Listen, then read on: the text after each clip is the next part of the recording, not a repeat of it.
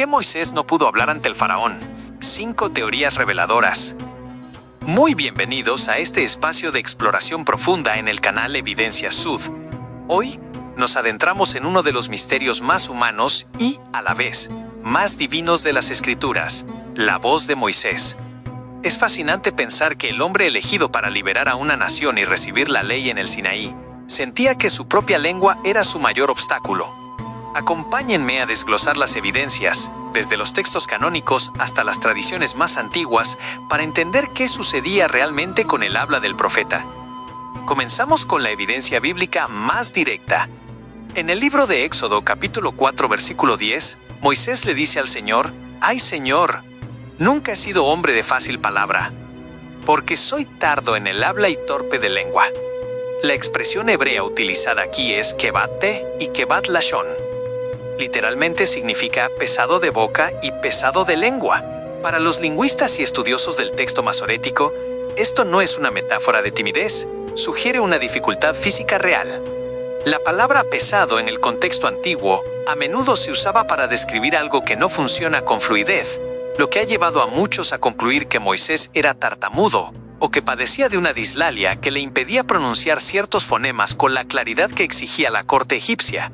Pero ¿de dónde viene este daño físico? Aquí es donde entra la fascinante tradición judía conservada en el Midrash Rabbah. Según este relato antiguo, cuando Moisés era apenas un bebé en el palacio del faraón, los sabios egipcios sospecharon de él cuando lo vieron jugar con la corona del rey.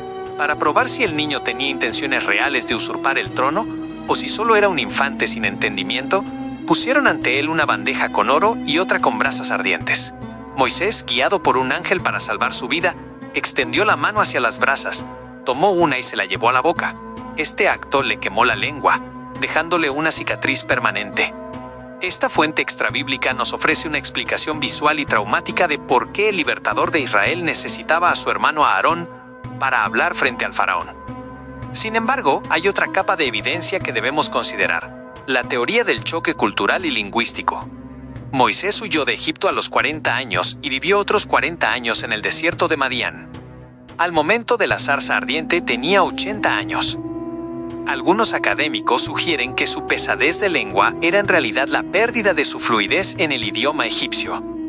Había pasado 4 décadas hablando dialectos semíticos del desierto, y presentarse ante el faraón requería un dominio del egipcio cortesano que Moisés sentía haber perdido. San Esteban, en el libro de Hechos 7, versículo 22, añade una pieza al rompecabezas al decir que Moisés era poderoso en sus palabras y obras. ¿Cómo armonizamos esto con su queja de ser torpe de lengua? La respuesta podría estar en que Moisés era un escritor y legislador brillante, pero un orador inseguro.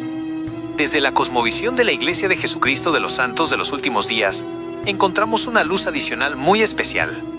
En la traducción de José Smith, se percibe que la preocupación de Moisés no era solo su voz, sino su falta de elocuencia frente a la sofisticación del mundo. En las escrituras modernas, específicamente en el libro de Moisés 6, versículo 31, vemos un patrón idéntico con el profeta Enoc, quien también se quejó diciendo: «Soy tardo en el habla, y todo el pueblo me aborrece». Esto nos revela que el sentimiento de incapacidad no era exclusivo de Moisés, sino una característica común de aquellos que Dios llama para tareas que superan sus habilidades naturales. Al analizar todas estas teorías, la tartamudez física, el trauma de la brasa ardiente del Midrash u olvido del idioma, llegamos a una conclusión poderosa que trasciende la historia clínica de Moisés. La verdadera evidencia aquí no es el diagnóstico médico de su lengua, sino la paciencia de Dios. El Señor le respondió: ¿Quién dio la boca al hombre? ¿O quién hizo al mudo y al sordo? Esta es la enseñanza que debemos atesorar hoy. El Señor no llama a los que ya están preparados, Él prepara a los que llama. A menudo, nuestras mayores debilidades son el escenario perfecto para que se manifieste su poder.